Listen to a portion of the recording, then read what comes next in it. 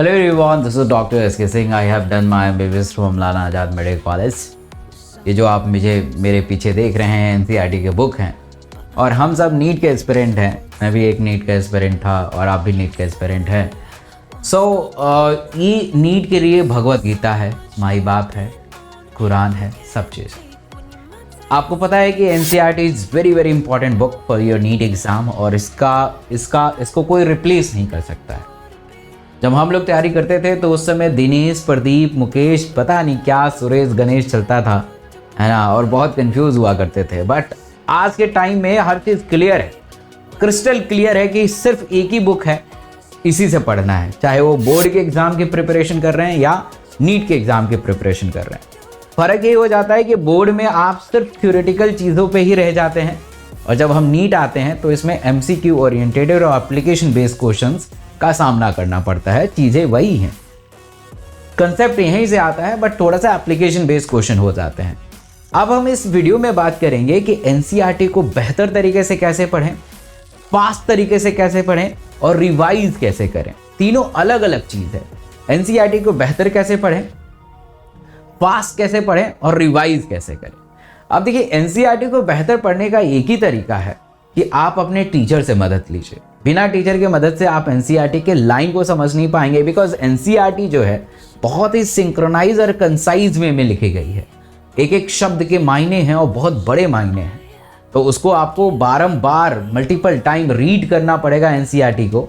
कई बार तो ऐसा देखा जाता है कि कोने में कोई शब्द लिखा हुआ है, उससे क्वेश्चन आ गया है नीट के अंदर, तो मतलब आप किसी शब्द को छोड़ के नहीं जाएंगे. जो आपने मार्क किया है ये जरूरी नहीं है कि उसी से क्वेश्चन आएगा, क्योंकि आपको पता है कि सिर्फ 10 से 20% क्वेश्चन रिपीट होते हैं PYQ से, बाकी तो सारे नए होते हैं और नए इसी बुक से बनाए जाते हैं. तो ऑब्वियस ही बात है, NCERT को बारीकी से समझना है ना, अच्छे तरीके से पढ़ना है. अब क्या होता है कि कई बार हम अपने सिलेबस को ख़त्म करने के लिए, अपने टारगेट को अचीव करने के लिए हम बहुत जल्दी पढ़ना शुरू कर देते हैं, फास्ट रीडिंग देना शुरू कर देते हैं, है ना. हमने टारगेट बना लिया कि हमने 4 यूनिट को ख़त्म करना है, 4 चैप्टर को ख़त्म करना है विदिन 2 आवर्स, और उसके चक्कर में बहुत तेज़ी से पढ़ना शुरू कर देते हैं, जबकि ये गलत अप्रोच है. पूछिए क्यों?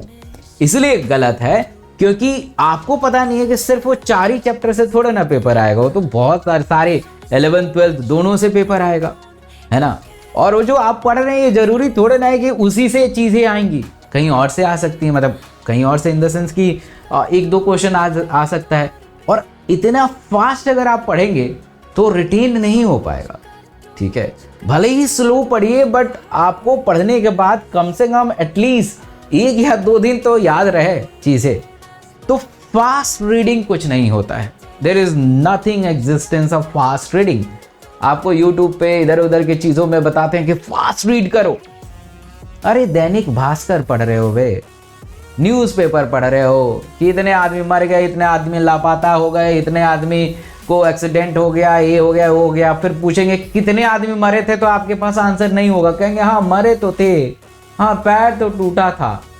बट नीट वाले नंबर पूछते हैं, पूछेंगे कि हॉट स्पॉट डाइवर्सिटी कितनी है ना, पूछेंगे कि आपके शरीर में ट्रू बोन कितने हैं, ट्रू रिब्स कितने हैं. वो नंबर पूछते हैं कि बताइए कि जो है एक्ट, इन्वायरमेंटल पोल्यूशन एक्ट कब, किस वर्ष लागू हुआ था.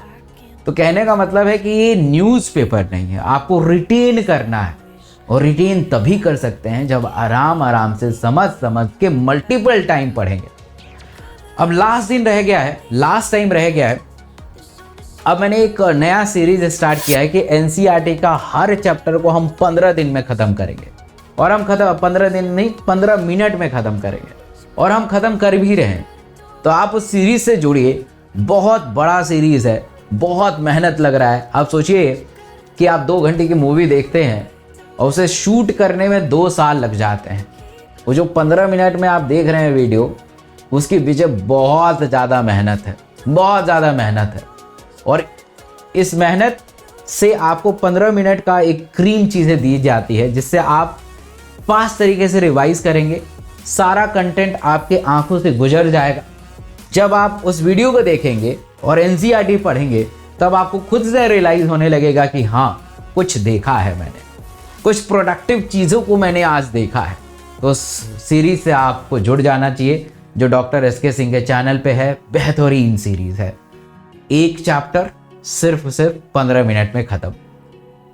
दूसरा कि एनसीईआरटी को रिवीजन को कैसे करना है, तो देखिए रिवीजन आपको बेहतर रिवीजन 7 डेज में प्लान करना पड़ेगा।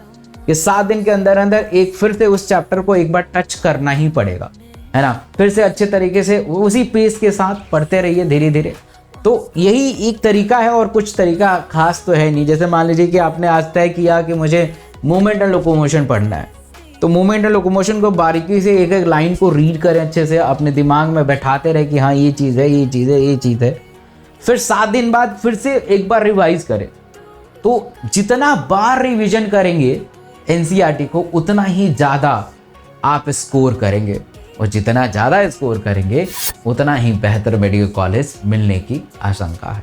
तो इसलिए इस बुक को बेहतर तरीके से पढ़िए, बारीकी से समझिए, है ना। हर चीज़ को पढ़िए, डायग्राम को भी पढ़िए। Everything is very important. Thank you so much.